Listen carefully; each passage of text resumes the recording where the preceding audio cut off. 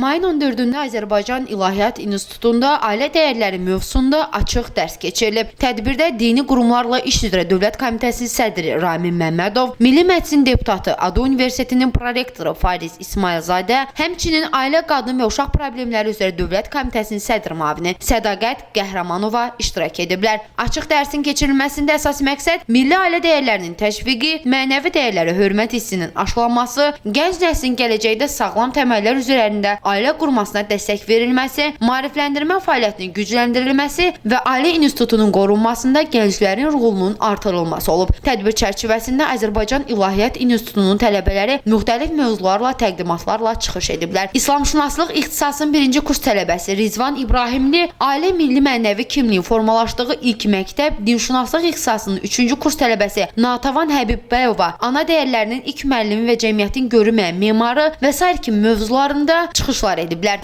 Artıq 2 ildir ki, dini qurumlarla işlə Dövlət Komitəsinin dəstəyi ilə Azərbaycan İlahiyyat İnstitutunda Beynəlxalq Ailə Günü münasibəti ilə proyekt həyata keçirilir, layihə həyata keçirilir. Bu layihənin əsas məqsədi tələbələrimizin auditoriyada, müəllimlər qarşısında, eyni zamanda bir çox ziyalılarımızla dəvət olunur. Bu tədbirlərə ziyalılarımız qarşısında mühazirə ilə çıxış etməsiləridir.